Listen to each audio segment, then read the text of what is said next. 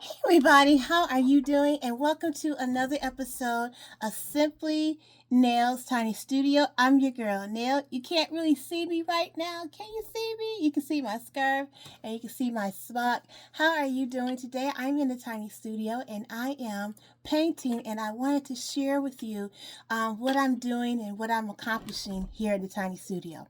Um, First of all, I want to thank you for subscribing. I want to thank you for watching and viewing. Please make sure that you hit that thumbs up button so that you can let the YouTube guys know that there are people who are interested in, excuse me, in painting and interested in some of the things that I do here in my own very own tiny art studio. Um, this is Painting with Nell, episode 3. Now, if you recall, in episode 2 of Painting with Nell, I was busy putting a coating of paint or underpainting on my canvas. And the reason why I learned that it's beneficial to put an undercoating or a first coat onto the canvas. The reason why it's so important and what I've learned is that it prevents white spaces from the canvas to come, it prevents it from coming through to your painting. And then it also helps to develop your painting and gives it a really great three-dimensional type of thing. And before I started underpainting, I was always conscious about the little white spots that I would see when I completed a painting. And those little white spots was the canvas. And so I learned to use a coat of paint to as an underpainting to coat the entire canvas and then go ahead and begin my painting. Now you will remember this painting. Well, you probably will not, because when I started this painting, the episode 2 of Painting with Nell, this was just a blue canvas. I used the blue as my underpainting, and then I began working on this canvas. So I completed this uh, painting maybe about a month ago. I think it's been a month since the last Painting with Nell episode, and so this was the finished product project, and it is I love it. I really love it. My husband loves it. It sits in our living room, and it is just an abstract art painting. And after I completed the painting, of course, I varnished it, and I put 2 coats of varnishing on it, and I signed it. Um, what inspired me? I live in Florida, and so we get the seasons, but the seasons are not as I remember them in Michigan. So I'm always thinking about spring and summer in Michigan. And that's what this painting represents to me. It represents springtime. And this is the completed um, portrait. And I think the name of it is called Spring. Let me see. I wrote it down. Yes, that's the name of this painting. It's entitled Spring. So, this is the third painting that I've completed. No, that's not true. This is the fourth painting this is the third. I just completed another painting I'm going to share with you. And I've learned a lot. I've learned a lot. And one of the things that I've learned the most is to be patient and to allow the canvas to speak to me, to allow the colors to speak to me, to allow my imagination to flow. That's what I have learned from really getting started and putting some serious effort into painting again. If you missed the episode where the episode 2 of Painting with Nell, then I'll just let you know that I've been painting for a while, but I stopped. And the last time I've actually painted was almost, I want to say, 20 years ago. the tiny studio system is 21, so it has to be maybe about 21, 22 years since I have actually picked up a paintbrush. And one of the reasons is because I just felt that what I like to do as far as painting is concerned, I just felt it wasn't considered art. And I have come to the realization within recent years that I am an artist. I am a I want to say mixed medium artist. I can flow through different areas of artistry. I'm a fiber artist or a textile artist. That's what my crochet is about. I'm a jewelry designer. Um, that's another aspect of my artistry. I'm a painter. Here's an aspect. I'm a writer, a poet. All of those things for me is what I call mixed medium arts, where I can dive into other areas of what is considered art.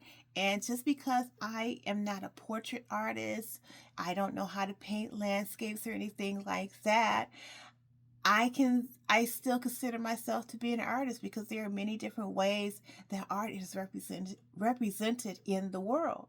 So this painting is called Spring, and I want to show you another painting that I've done and what I'm going to be working on today. Turn the camera around a little bit so you can see me. Hey, it's your girl Nell. Okay, oh, oops. Okay, let's see. Here's another painting that I have created. And let's see if I can turn the camera around so you can see it. And let me see. It's called The Cauldron. Okay. And I am still working on it. Unfortunately, I varnished it, and maybe I should not have done that, because I really wasn't finished with it. But I call this painting the Cauldron, because here is you can see, here is the cauldron. I don't know if you can see that too well. This is the cauldron. Here are the herbs and things inside the cauldron, and here are more herbs to go into the cauldron. So this is called the Cauldron. On this painting, I did something different, and let me just pull the painting out so you can see it. What I've done with this painting is I have used some molding paste, and let me bring it out so you can see it. Some molding or modeling paste, and this is what it looks like. And let me see if I can show you what it looks like on the inside. Okay. Oh, I put it out really tight. Okay, it looks like this on the inside. I might just take some out for you a little later so you can get a chance to see. There it is. And it's like that joint, the stuff that you would use, the stuff that you would use for, if you're painting and plastering. It looks like that, but this is a little bit different than plaster or joint paste or something like that. It's a little bit different, and it's more appropriate to use when you are painting. Not to say that you cannot use cement or plaster or anything like that in your painting, but this is more created for for painters, okay, for artists. So this is the portrait. I see the camera is right there, so let me look in the camera lens. So this is called the Cauldron, and I went ahead and I varnished the painting. And while I was resting 2 nights ago, I had a vision of how this painting can be completed. Okay. And so what I plan to do is I plan to add seashells around the perimeter of the cauldron. Okay. So the seashells are going to go all the way around here, and then all over here, all the way over there. And if you notice, it's textured. And that's what the modeling paste is. It gives your work a three-dimensional type of feel. It gives it texture and life. And so that is exactly what I wanted out of the experience of the cauldron. I used an underpainting for this portrait. For this portrait, not this portrait. I use an underpainting on this canvas, and I believe the underpainting was purple, I think. I'm not sure. I think it was purple or lilac was the underpainting. And you may recall this portrait or this canvas, I called it the ugly painting because it is different and it looks different than it did when I first showed you. Did I? Yeah. I think in another video I showed you what this canvas looked like when I was working on it, and I called it the ugly painting because I had some things going on in this painting, and I learned some things. I learned about color mixing. I learned about working wet on wet and with painting, and I thought that all was lost. And I had said to myself, well, I'll just go ahead and gesso it and start off with a fresh canvas. But something told me to continue to work with it. My original idea was essentially a vase with plants coming out of it. And then I had covered it up and I did something else, more abstract. And, in my mind, I kept saying, well, Nell, why don't you go back to the vase with the plants in it? And I once again, overthinking, self-doubt, saying to just saying to myself, oh, well, you don't know how to draw a flower. Oh, you don't really know how to draw, period. Nell, so what are you doing? And I just said, well, let me just try something. So I tried it and I liked the results. And using the modeling paste as texture for the cauldron, for me, it really brings the cauldron to life. This is my painting. Okay, this is the ugly painting. It's not ugly anymore. And I really think that adding the seashells around the cauldron is really going to make it pop, even though I have the texture here. And I've been working with shadows a little bit, so you can see a little darkness around here. I've been learning shadows. So I'm really learning the art of painting while I am also trying my best to adhere to my own, let me step back a little bit, my own self-expression. And that's one thing that being self-taught allows you to do. It allows you to express yourself, and you're not so much focused on the technique per se, even though there's technique to the painting, but you're also just letting your mind, letting your imagination flow, using the skills that the universe has given you to, to create something beautiful. So this portrait, why do I keep calling it a portrait? This painting is called the cauldron, and you see all the herbs and stuff mixing, inside the cauldron, bubbling. It's called the cauldron. The cauldron. All right, so let me show you something else. And this is what I'm working on now. I'm waiting for some my Amazon order of seashells to come, and when that comes in, then I'll finish this painting. But here is another painting that I started on. And I don't have a name for it just yet. And that's what we're going to be looking at today. Okay. I'm once again using texture in this piece.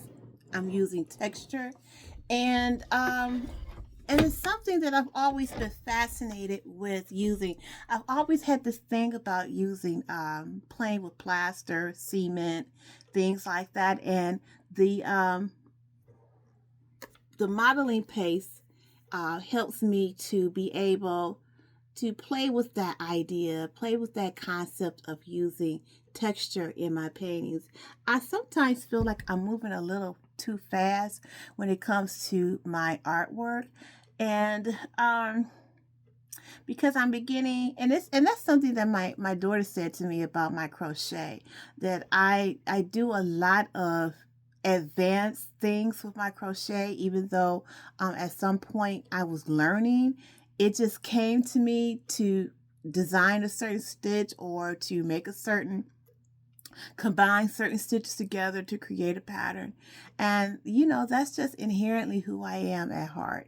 I'm always experimenting, I'm always taking risks, and I really believe that is the beauty of being an artist. However, what I'm going to be doing today, and I want to turn the camera around a little bit so you can see, is I want to the underpainting. I've only started on this painting 2 days ago, and so the underpainting, as you can see, is blue. It's I think it's primary blue. I think I have to look at the paint and see. And then I decided to add some texture to it. So oh, I used a plastic bag to get the texture, the design that you see here. I used a scrunched up plastic bag for this. And I dipped it in the paint, and then I just, do all around the painting. And I mixed some colors. I mixed primary red, I believe, and white, and I came up with this color here that you see. And I thought that was an interesting color. Of course, it looked a little different when it's wet. I didn't add any satin gel to it to give it a glossy look, because after I mixed the colors, I then mixed in the modeling paste. And with that, I began to dab the plastic bag over the painting, over the canvas. And then after that, I took some titanium white paint and I mixed it with the modeling paste. And then I dipped the plastic bag in that, and I went ahead and I repeated the technique. So I gave it a couple of days to dry, because now I want to add some elements to it. And I want to add maybe some green, maybe a little yellow. And I haven't really figured out exactly what type of technique I want to use yet. But let's discover that together, okay? So for my underpainting, I use some Liquitex. And this is, it's cerulean blue, not primary blue. It's cerulean blue. You see I have paint all over this. That's what I use for the underpainting. And I mixed the modeling paste with some Liquitex titanium white. Okay. So I think today we are going to just play around a little bit, and maybe I'll use some paper. That idea just came to me. Some paper. I'm going to be using the Artist Loft's gray palette paper. I find that working here in the tiny studio, that this is a really good idea for me. I was using that little white palette plastic palette. I was using that, and I just decided I was not going to do that anymore because um, if you don't readily clean it right away, then you have a problem. And sometimes, that happened to me. And, I want to keep everything as neat and clean as possible because I am in a tiny, a tiny studio. So I cannot really afford to have things looking messy and junky all the time. And so I like the palette paper because it's it keeps my color, it keeps my paint wet.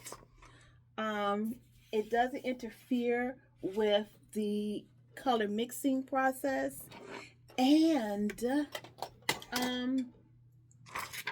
it's not messy. So when I am done with it, all I have to do is just fold it and throw it in the trash. And that's exactly what I do. Okay, so today I'm going to be using some cadmium yellow light hue because I want to add a little bit of yellow to this. And I was thinking about adding some green. So I'm going to use my primary blue by Liquitex. I'm going to use that color to make green. And maybe I'll add some red element to it. So I have some Winsor Newton red. Now the question is, am I going to add texture to this? I think with the red, I might add texture, which means I'm going to use the modeling paste for texture. Okay? All right, let me put my supplies up now that I have my colors out. But when you're painting, you might want to get a palette. There's nothing wrong with palettes, a color palette. There's nothing wrong with doing that. I don't poo-poo it. You have to do what is best for you to do, not what Nell says to do. You have to do what's best for you.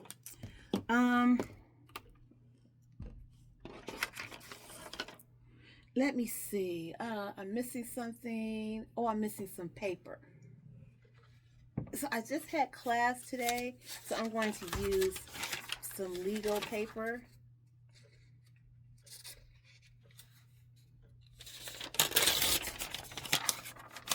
I'm going to scrunch it up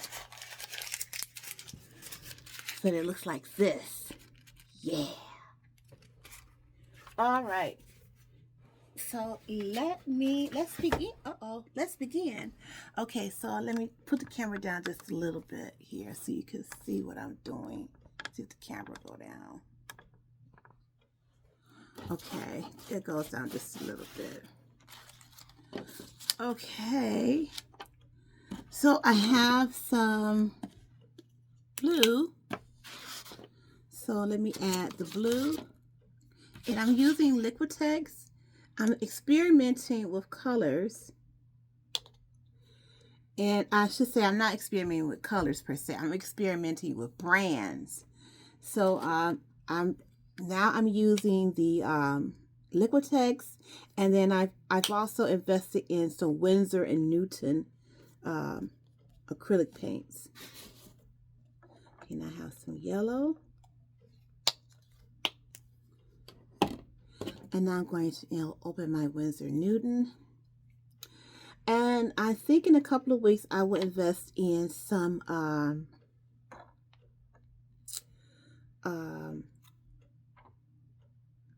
golden paint.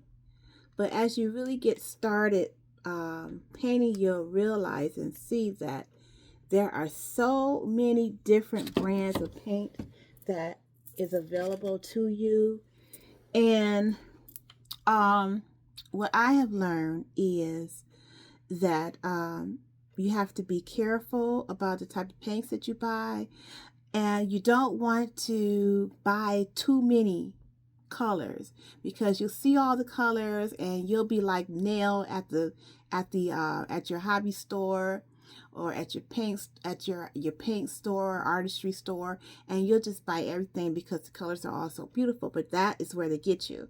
You just really need your primary colors and maybe some burnt amber or or burnt sienna, something like that. So you just need your basic colors, which would be blue, yellow, and I have cadmium yellow, primary blue. I think I have cadmium red. I have crimson. What else do I have? Yellow, blue, titanium white. I have black, and I also invested in some like fluorescent purple, fluorescent pink, but that was way before I, realized I really didn't need all of those colors. I could just make that myself, okay? I have my giant smock on because I'm trying to keep myself from getting paint all over my clothing. So here we go. I'm going to mix the yellow into the blue, and let's see what happens. Put that here. Here's my blue. And I'm making a mess. Look at that. Okay, let's mix that up there. See if I can get the color that I want. Yep, I like that. Mix it really well. I'm getting ready to also invest in some more palette knives because I know that having a palette knife is very important. So I'm going to invest in that. So I just want a little bit of green. I want to add that to what we have going on. And I have a tiny brush. And I think I'm going to use the green and I'm going to make swirls here. And I think I'm going to make the swirls on top of the white molding paste that I have here. So let's see what happens. Oh,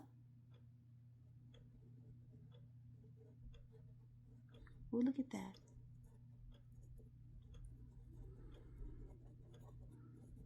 Okay, that's awesome. I like that. There we are. I like it. That color green. Once again, reminds me of spring. And I like that molding paste. You see how I'm getting all into the crevices there? It really brings the texture. It really begins to bring the painting alive. That 3D effect. Wow, look at that.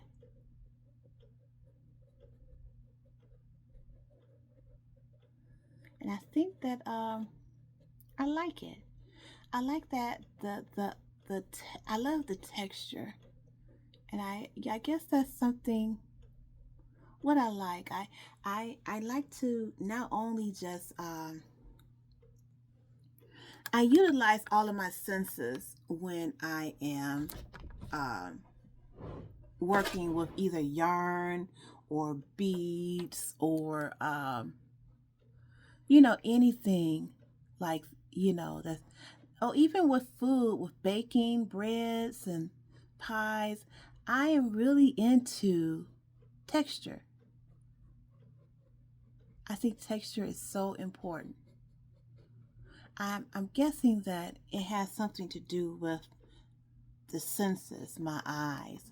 I not only like to, it's not only for me, not just a visual type of thing, but I like to see depth. So I'm just adding some green here. And I like this color too. That's a little bit of blue, a little bit of white. Well, I should say the white is in the texture. I added titanium white.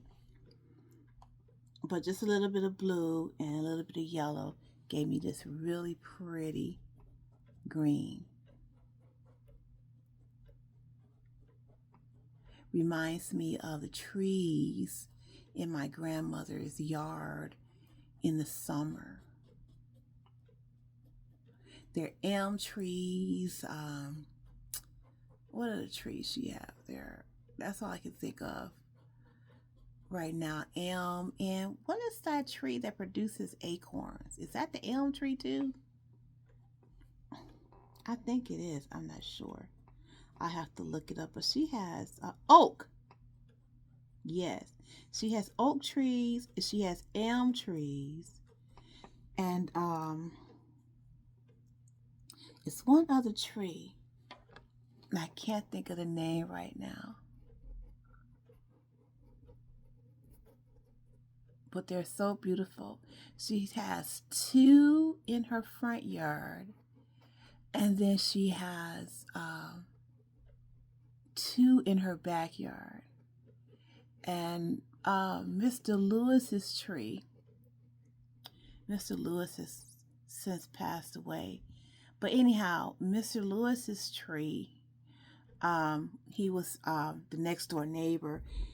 His tree used to cross into my grandparents' yard, and it was big and beautiful. It fell this summer.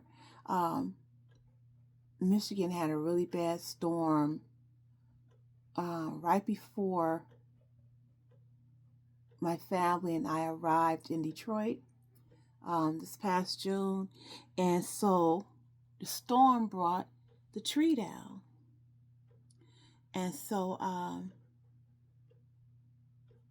while we were at my grandmother's house, the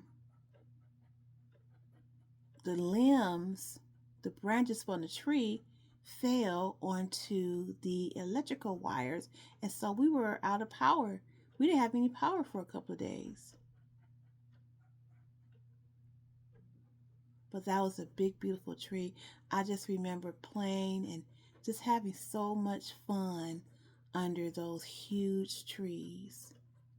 They provided lots of shade in the winter time. I mean, in the summertime, and of course, lots of leaves in the fall.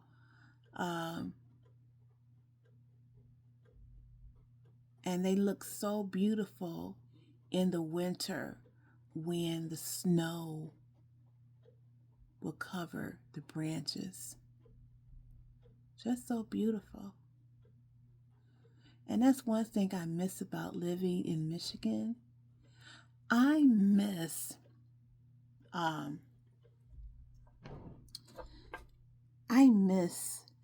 the first snowfall. I miss that's the first snowfall, what it looks like when it first hits the ground, when it first, sits on top of the grass and the trees and the sidewalk. It's just so beautiful. This green reminds me of summer. It reminds me of those big trees. I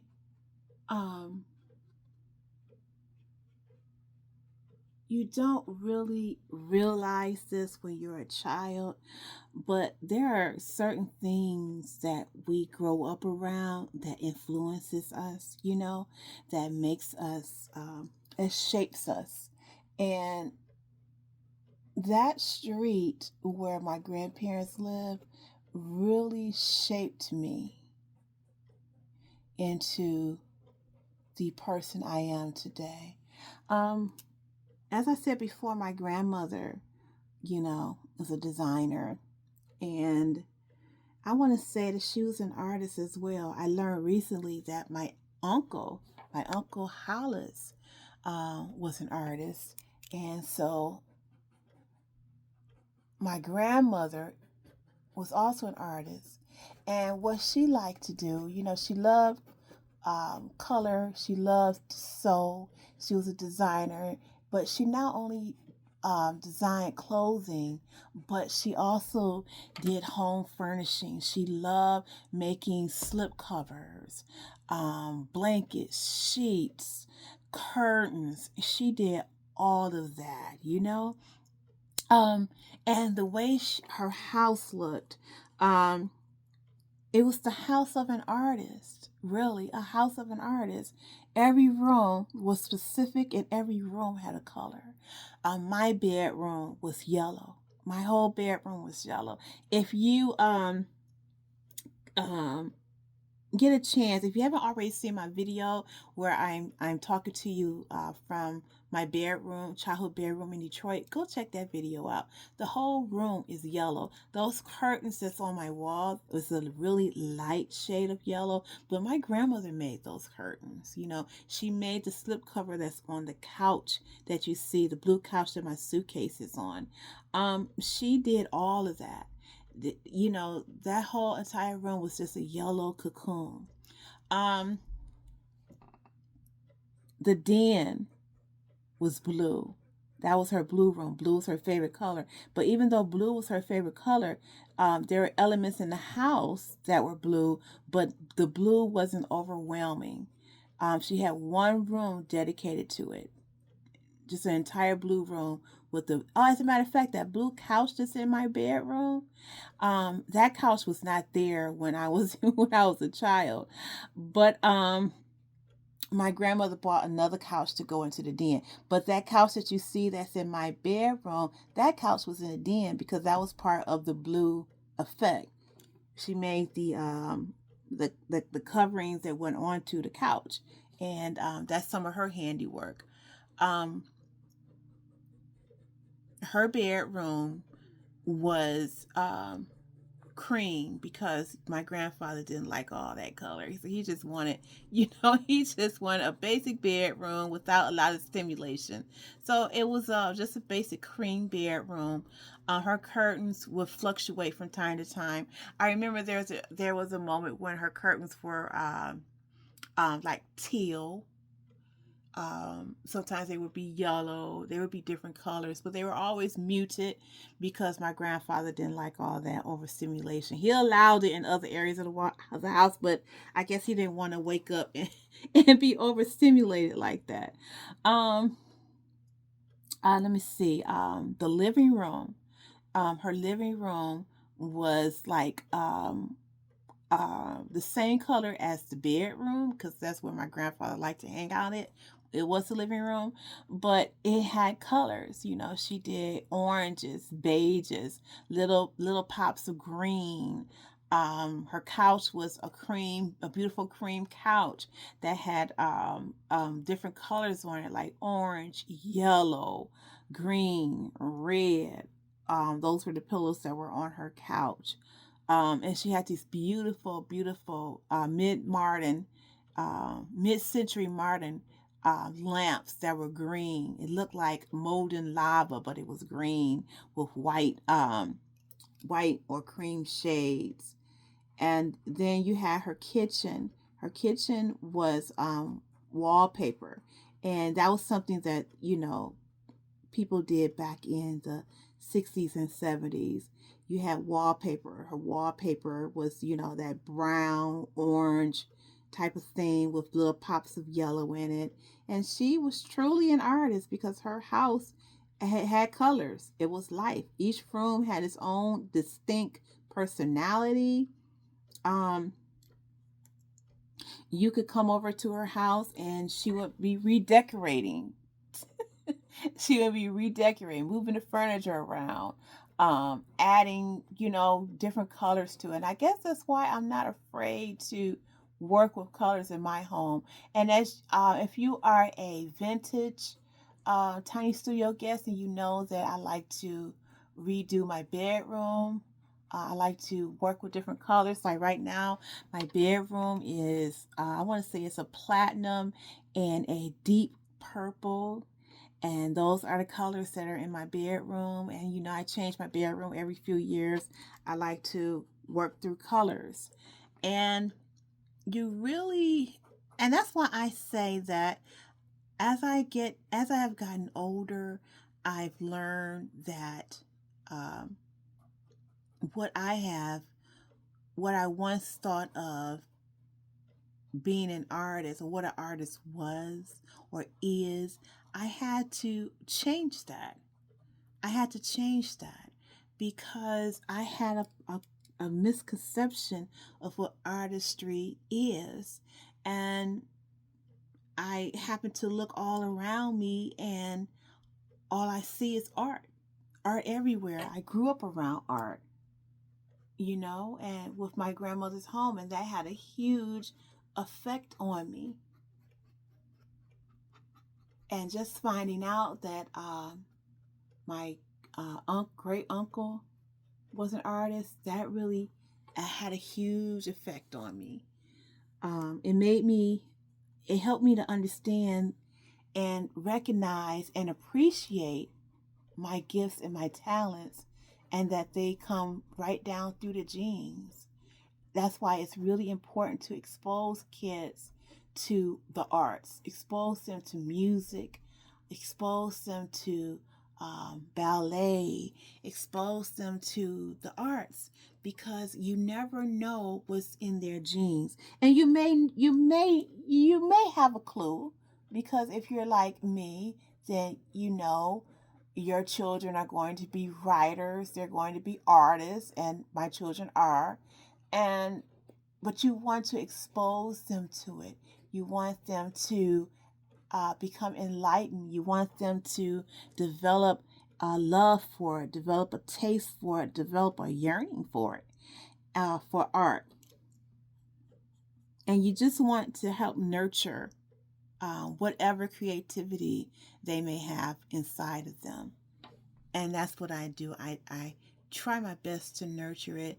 I try my best to encourage my kids to, you know, develop their artistry. My son Caleb, he's a really great, fantastic artist. What he does is he builds things out of Legos. That's his jam, and he has been commissioned to create certain objects from Legos. So that's his little side hustle. That's what he does. Um, my daughter Constance, she or the Tiny Studio Assistant, she is really fantastic as far as drawing, and she likes to draw anime, and she's really fantastic at that. Really great artist. My daughter Chastity, she is a fantastic artist.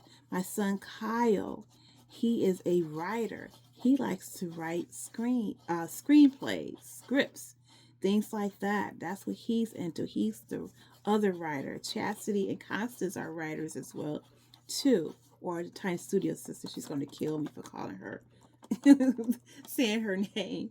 But that's what she's into. So my husband is an artist as well. So this is an artist family, and each of my kids have those gifts. But it's just that I wasn't really appreciative of their talents, not as much as I could have been. Now they may say otherwise, but I have to say that I was not as supportive and appreciative of their talents when I was much younger. As a mom, I was really more so concerned about parenting and making sure they got their education. But I recognized their gifts. I saw their gifts, and I wish I had nurtured it more. Um, of course, my kids would probably say, "Oh, mom, you did this and that and the other, and stop beating yourself up." But I wish I had, and I attribute that to religiosity to a point, because um, religiosity kept me from doing a lot of things, my artistic things. Um, Kept me from doing a lot of artistic things, because I was working towards a goal where um, I don't want to start getting all into that, but I was working towards being, um, you know, when you're really active in your religion, you're not really thinking about the present and the here and now. You're most so focused on um you're focused on the afterlife, you know. And I was really focused on, you know, the afterlife. If you're one of Jehovah's Witnesses, then you would know I was really focused on um the paradise, living in paradise. So I really didn't have any time to be focused on, you know, being or fulfilling, having a fulfilling life right now. I was really most so focused on what's to come. And that's how, you know, that's how I lived. And I think sometimes, you know, that did not help me because I am an artist at heart. And um, I needed to be able to let go. I needed to be able to express myself. And my religion did not allow me the time to express myself or to nurture my talents. And that was a bad thing. And I have to say, I feel so much happier. I feel so much happier being the person that I am right now than I did when I was an active Jehovah's Witness. I really do. Because I feel that I am able to really take my time and to um, dig deep into who I am and who I want to be, who I see myself as, you know? So I just made another shade of green. And what I did was I took the shade that I was working with, this bright green, that, and I just added some more white to it. I added some titanium white and where's the white? I added some titanium white to it and made another shade of green. So if I did not clarify, if I probably need to clarify, I made first the shade of green that you see here, and I made that from cadmium yellow light hue and primary blue. Okay, so I made this particular green, and then I got my titanium white paint out, and I put some of this hue to the side and I mixed it with white, and that's where I came up with this lighter shade of green. And that's another thing I've learned from painting again is a little bit of color matching, color mixing. And what I have found is that if your colors will be harmonious, especially when you are staying inside of the same color family or palette.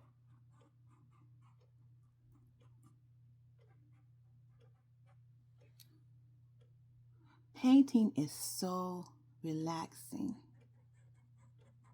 to me. So relaxing.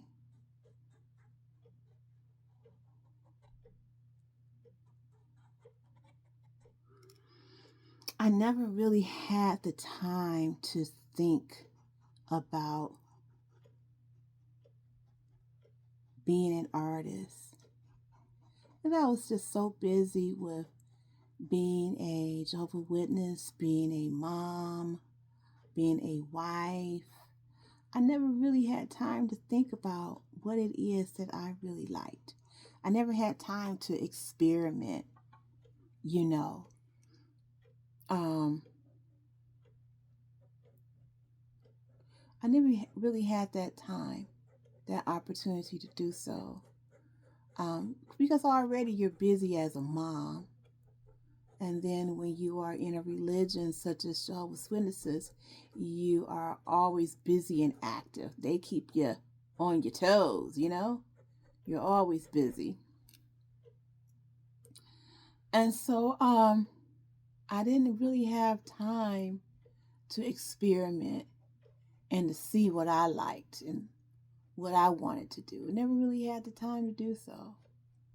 Working, being a mom, being a wife, being an active Jehovah's Witness, you got to do that. And they kind of discourage you from certain activities. And Jehovah's Witnesses do. Um,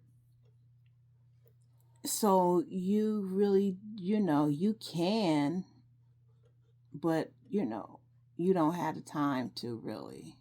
If you're really being a devout Jehovah's Witnesses, you don't have the time to be, you know, painting and taking lessons and classes. You don't have time for that. Where are you gonna find time for that? You don't have the time. And that's why I'm just so glad that, you know,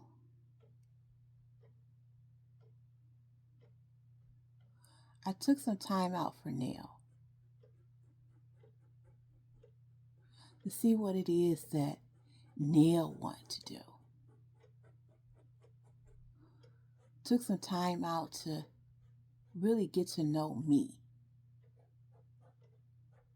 Now that my kids are grown and, basically have their own lives, I'm really able to, you know, take a look around and, experiment and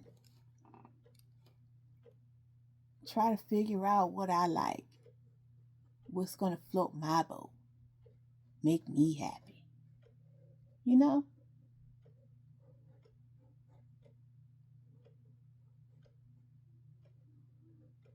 That's what I did. It's so relaxing.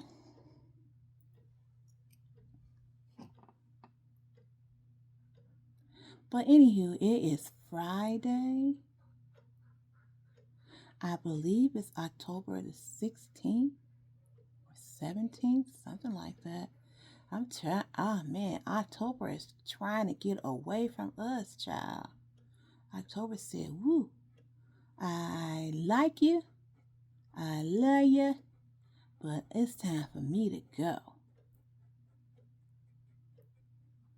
The month of October, I love October, and the reason why is because it is the month of horror movies and classic horror movies. I am a classic horror fan. I love Vincent Price movies. I love Boris Karloff movies. I love Christopher Lee movies.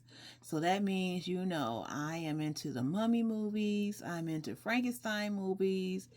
I'm into the Edgar Poe of it all. The Edgar Allan Poe. And I love vintage horror movies. That's my thing. Who out there remembers a magazine called Van Gogh? I was a very huge fan of Van Gogh back in the 70s. Well, once again, art. Van Gogh was a great magazine. If you were a horror movie fan, I think tonight is since it's Friday, I'm going to watch Nightmare on Elm Street 1, 2, and 3. I saw it on HBO Max, and I'm like, well, in celebration of October, why not we get into some Freddy Krueger? I saw Nightmare on Elm Street 1, 2, and 3 at the show, at the movies. And there was another movie that I saw the first one, at the Adams Theater. Once again, I'm talking about the Adams Theater. It was a theater in downtown Detroit, and all the kids hung out there. And you could see, they usually play about 3 or 4 different movies there, and you could see 2, 3 movies go. You could go from theater to theater, theater to theater within the Adams Theater, and for one price. And that's what's up. One price. So anyhow, I went to see. My mom went with me. We went to see The Stepfather, and Friday the, not Friday the 13th. And you know what? We did go see Friday the 13th, but that was at another theater out in Roseville. But we went to see Nightmare on Elm Street and The Stepfather. My mother went with me. I guess she was trying to, spend some time with her teenage daughter. And so, yeah, if you remember The Stepfather, that was kind of brutal. That movie. A lot of slashing and hacking. And my mother was like, you know what? This is too much. While all of us kids was yelping and screaming and stuff, my mother was like, you know what? I done had enough of this. And she left. I think she just went out into the lobby and walked around or whatever. But she was like, I'm not going to be sitting here watching this mess. So she left. That was so fun. I cracked up when she left. I was like, Mommy, where you going? She said, I'm not watching this. She left. But she came back when Nightmare on Elm Street came on for a minute. Because I think she was like, now this is worse than the last movie, than The Stepfather. Freddy Krueger was jumping in people's dreams and stuff. Freddy was something else. And you know how they took the Freddy Krueger movie? They took the character of Freddy Krueger and then had him in some movies with Jason Voorhees from the Friday the 13th movies. I stopped watching it then. I mean, I feel like when you get past 3, I don't need to see it. So, I didn't.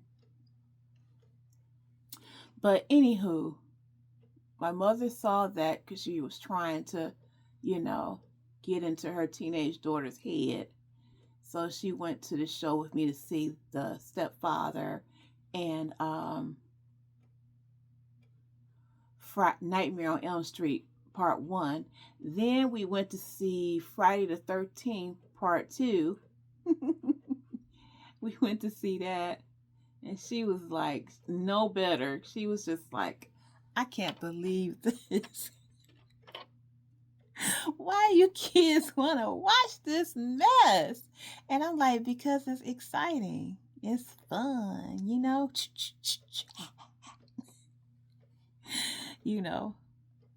I went to the show with my daughter to see, what was the name of that movie called? The Hole? Or what was the name of that movie? Not The Hole. The Ring. The Ring. I went to the show with her to see The Ring. And oh my God, that was scary. The Ring. I think I saw both of them with her.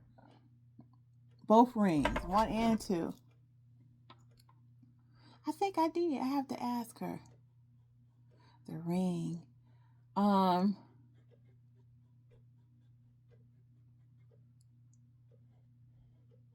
But yeah. So I think tonight I'm going to watch Friday the 13th. No, I'm not. I'm not watching Friday the 13th. I'm watching Freddy Krueger. What am I talking about? Now I saw Friday the 13th on HBO Max. I think it was just 3 and 4. I say after 2, Friday the 13th starts to drop off. So, you know, in my opinion. What about what would be interesting if they had Jason Voorhees in outer space? What about that? That would be interesting. Jason Voorhees out in outer space, chopping up on kids.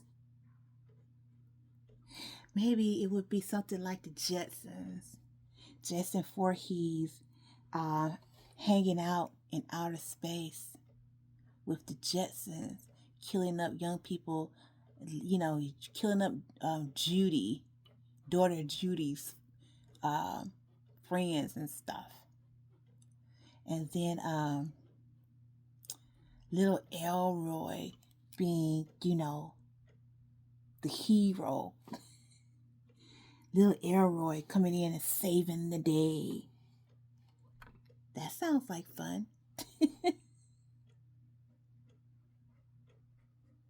So you see what I'm doing? I'm just painting the texture, and so that it really is going to stand out.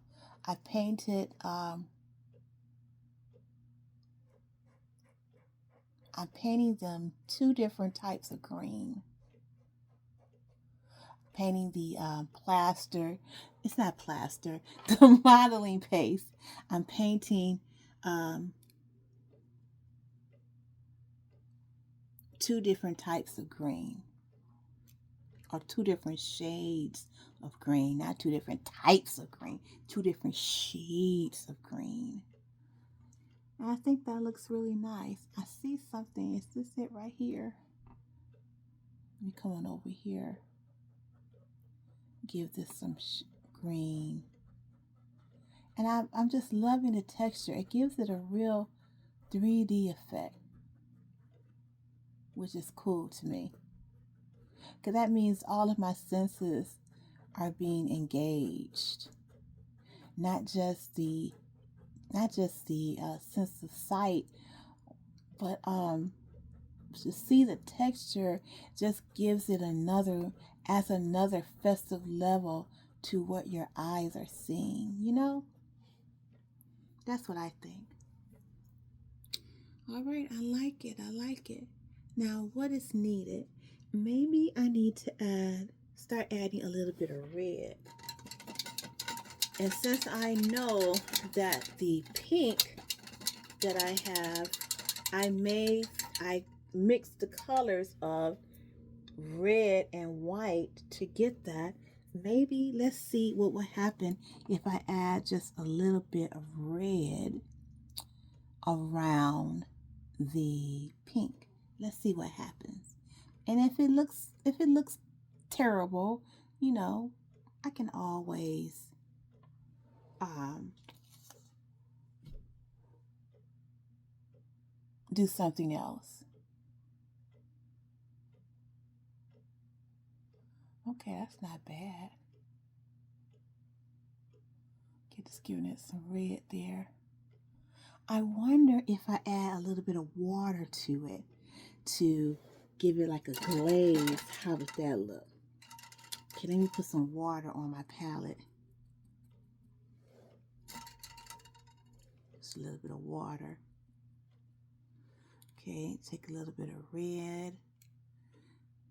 Put it in the water a little bit there. Put that on my brush. And let's see. Okay, that's not bad.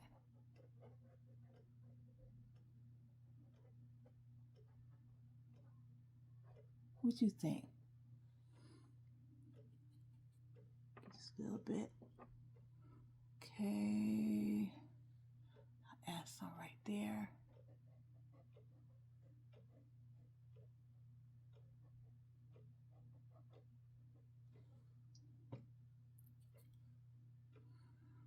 Okay, let's see. I think you can see the red that I've added just yet. Okay, let's see if I can come over here.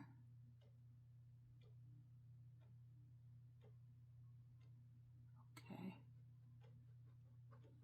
It has like a little glazing effect.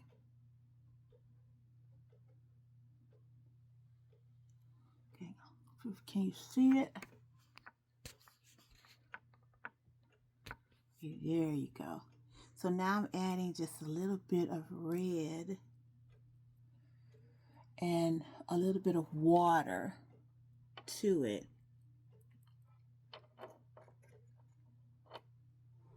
to give it like just a little effect.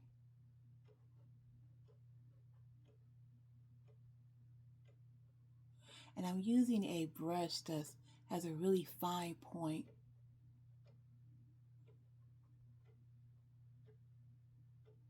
So that I can make sure I get into the veins and the texture of the modeling paste.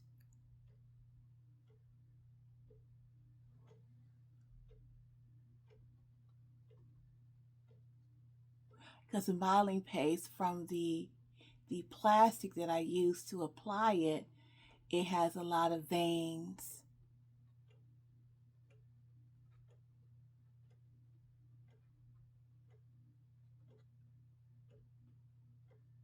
And I like adding that water to the paint a bit there because it gives it a little bit more a glaze type of thing, a glazing effect. It's not just a strong, pure red, if you know what I'm saying, if you know what I mean. And I'm going to add some of that red here, where those two shades of green were, or are. What you think so far?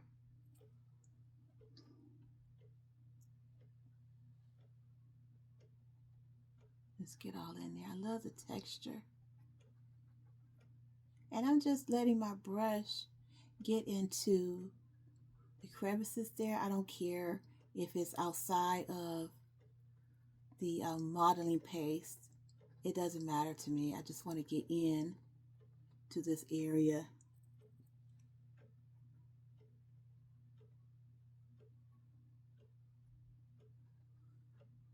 And right then, all I did was just dip it into the water, my brush into the water.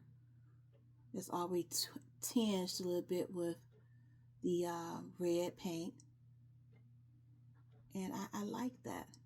I like the glazing effect.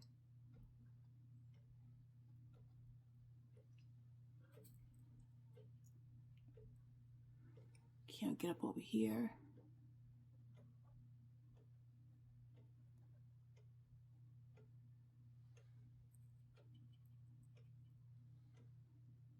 Get back into here. And I haven't used my paper yet. That's what I'm saying. You remember that scrunched up paper that I put to the side because I was going to add more texture to this. I haven't gotten to that point yet because in my mind is telling me to work on glazing some of this painting. And you have to go with what your creativity, what your intuition is telling you. If your intuition is telling you, look, do this, then do it. I saw an artist one day while I was watching, learning some things. I believe it's called Art School. You can see it here on YouTube. And she was saying that sometimes when you have a good canvas, all you have to do is tap it and it will bounce back a little bit. Tap it with your brush and it'll give just a little bit. And she was saying that that wasn't a bad thing, and I see that it's not, because I'm tapping and the canvas is, you know,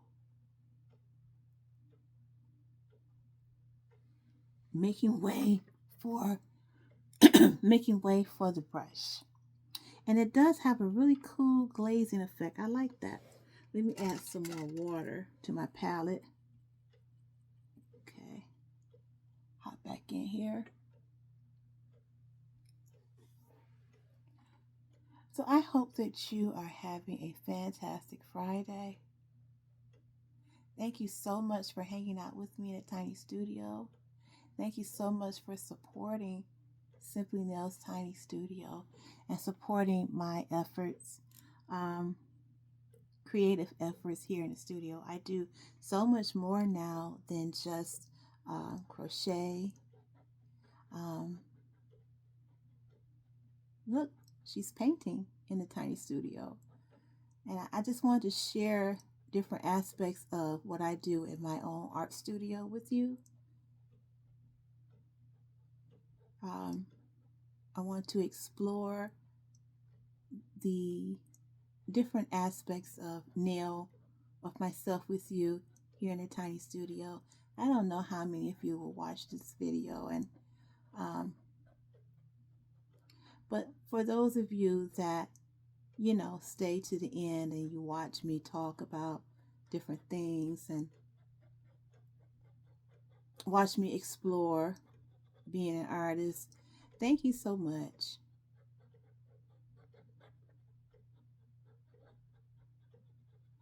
Thank you so much. I do appreciate it.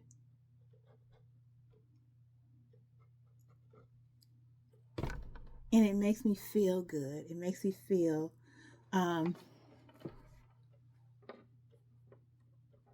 as if I'm contributing something to the world.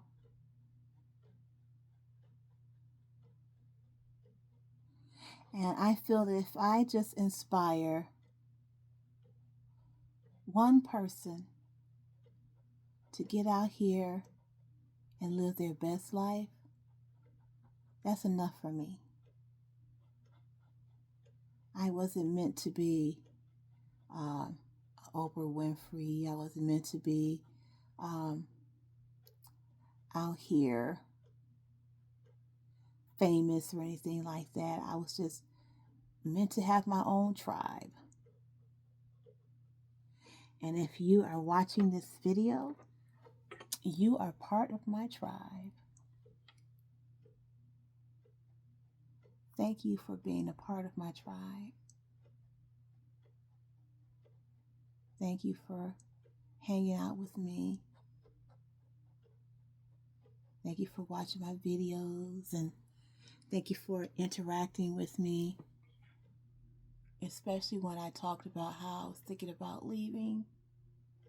My kids were very upset with me for that. I think that they also enjoy coming home from work and turning on the television and seeing their mom up there. I know that's what my son said. He said he turned on the TV one day. He got off work, turned on YouTube, and there was his mother. There I was, talking about something. And he said he sat there and watched me.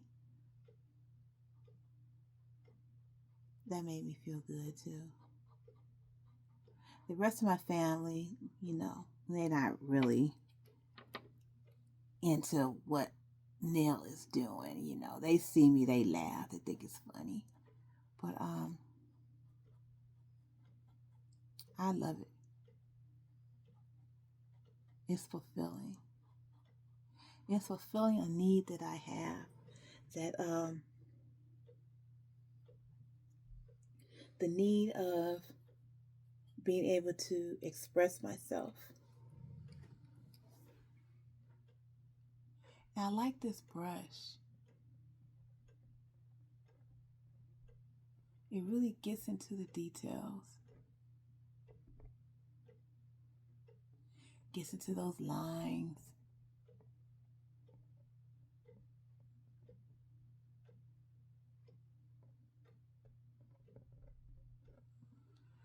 It's so cool. I like it. So Oh, wow. Look at the time. I've been on here yakking for a while. Thank you so much for watching and hanging out with me and enjoying episode 3 of Painting with Nell. If you have any questions or comments, please drop down in the discussion area and share your thoughts with me.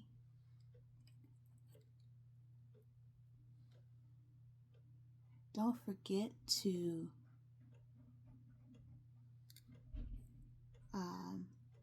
like this video.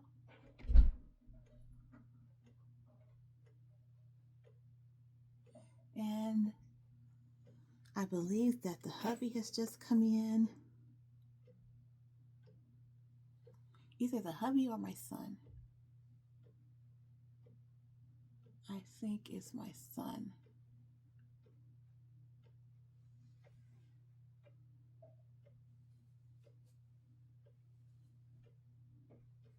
No, I think it's the hubby.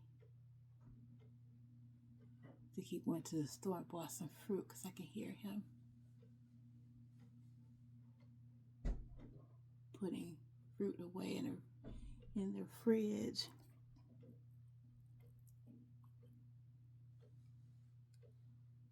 I hear him. Not the son. And there he is. Hey, honey. Hey, what you doing? I'm painting. Like that? Yep. All right, everybody. So I am going to let you go. Thank you so much for watching Simply Nell's Tiny Studio, Episode 3, Painting with Nell. Oh, thank you, honey. That's my coffee. It's been up there for an hour. You want me to heat it up? Thank you, honey. And I'm going to enjoy this Friday afternoon with the honey. And I hope that you enjoyed watching me paint today.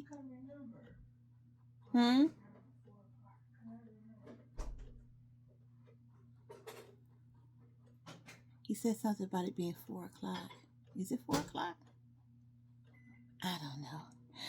Thank you so much for watching.